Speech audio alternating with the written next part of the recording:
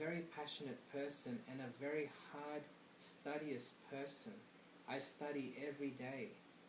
I study every single day. I want to inform myself. I like to learn about things, learn about life, which is why knowledge is power, and this is the only way that I can send a message across to the world that people like ourselves should be given an opportunity to excel, to grow, to survive for that matter, because I put in a lot of effort, more than anyone else. Then people just put the minimum amount of effort and they still manage to get the jobs that they get. And then I question myself, how can they employ people who just do the bare minimum? I want to give my everything. I want to give it all. I put all my contribution, I put all of my energy, all of my passion, my desire, my ambition, that drive of that I want to achieve the best of my abilities, that is firmly embedded in my mind, but yet society does not give me the opportunity. I haven't been given the opportunity to excel in the things that I am passionate of.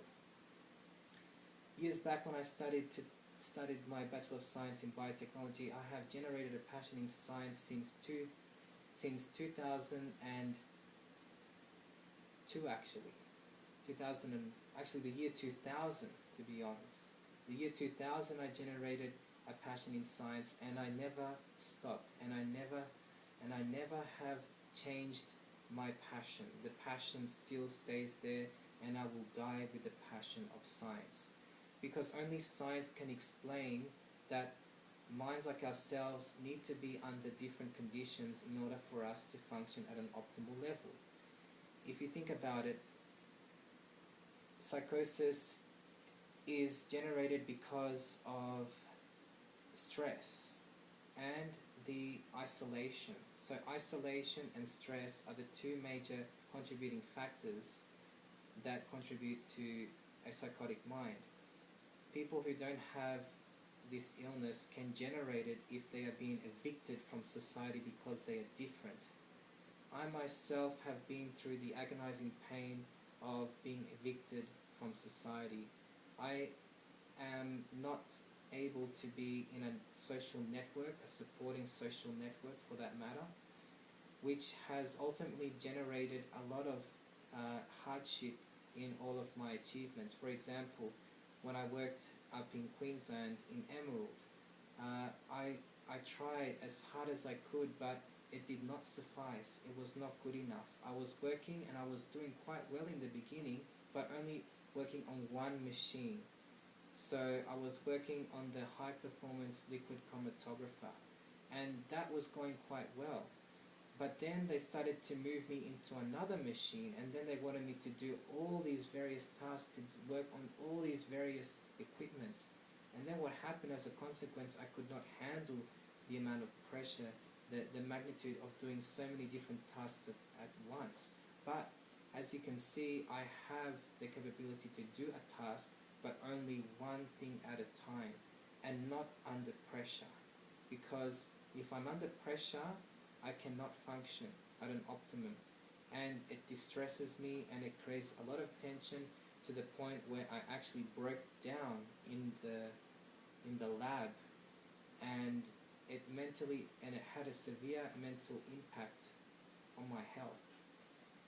It came to the point where I was so upset that no one comprehended me, that they kept pushing that, please speed up, you're not doing fast enough. It's always never good enough, because it's all about production these days. Society is all about production, how quick you do something.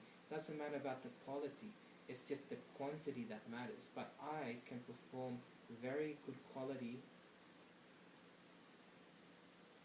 products, or even reports, or even this speech in particular. I don't wish to speak at a exceedingly high speed, because I want to get my message across. I don't think speed, the ability to speak fast, is an effective way to deliver a message. The effective way to deliver a message is to be clear and to be concise. And at the same time, to be given a lot of detail is also another important factor, because without the facts, how can you resolve an issue? So I speak in behalf of all of these people because I myself have been through a lot of hardship, people not understanding me. I put in a lot of emphasis in everything that I do, a lot of energy, a lot of passion, and people, they put obstacles in my path. They do not let me excel. And that's why I speak, because I am frustrated that the system does not comply with the way that I am. The system just has a way that says, okay, you must comply to our needs, and if you cannot comply to our needs, you are evicted, you will die, you will not survive, you are not part of us, you are an alien, you are different, so therefore you will die. And that is why I speak in behalf of all of those people who didn't have the voice to express what I am expressing, because I've known people who have had psychosis, who has bipolar. I have a friend who has bipolar. I have my girlfriend in particular. She, as you can see in this image on the lower right hand side, that is my girlfriend when she was a baby, when she was little, and that is me there when I was a kid. So I was there, quite happy child, because in that time I was integrated. I had a lot of friends. I was very popular in primary school. I remember I was absolutely loved by everyone. I was very creative. I sang the Macarena. I sang the Cup of Life, live and exclusive to all the students. Have a lot of personality and very warm, friendly, gentle person. But unfortunately, that does not suffice in this world. It does not suffice. You have to be competitive. You have to meet the social regulations. If you do not meet the social standards, the social norms, the social regulations, you will perish. And that is exactly what is happening to me right now. I have a lot of mental power to be here, standing before you, expressing what I am expressing to you right now, because I speak on behalf of all of those people who don't have the voice to stand up for people who have mental illnesses such as psychosis, such as schizophrenia, such as bipolar. All of these complex minds, these different constructs of the minds,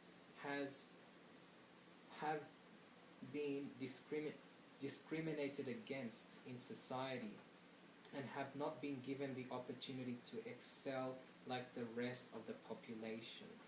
Hence, they commit suicide. And I know, because I have studied psychology last year, and that was one of my units, and I recall that people who have psychosis, induced psychosis, have a higher prevalence of committing suicide. Why? Because they are isolated from society. They are considered weird, they are considered strange, they are all of these labels that people put in society that denigrate these people's existence. And it's for this reason that these people commit suicide, because nobody comprehends them. These are people who are uncomprehended in society, hence, if no one is comprehended, they will die. As I reiterate from my last statement, I mentioned that loneliness can lead to psychosis, can lead to a higher prevalence of suicide. Why is that? Because we need people in order to survive. We need to be socially connected. So if we are not socially connected, we will perish, we will die as a consequence. So, survival of the fittest, as I mentioned earlier. Now, it seems unfair because, for instance, I know that the system is flawed because they do not have a space for people like ourselves. The system cannot bend the rules in order to facilitate our needs, because we have different constructs of the mind, and so therefore the system needs to accommodate to our needs, because we know ourselves very well and we know what is good and what is bad for our health. Because as I mentioned earlier, mental health is essential for our survival. We need to be healthy mentally, physically, psychologically, to be able to survive in the world. If we don't have good mental health, we will perish, we will die. We will start to generate hypervigilance, we will start to hallucinate, start to generate psychosis, in other words, and at the same time we will also have a high prevalence of generating Alzheimer's disease, because our memory will dissipate with time. Because if our neurons are not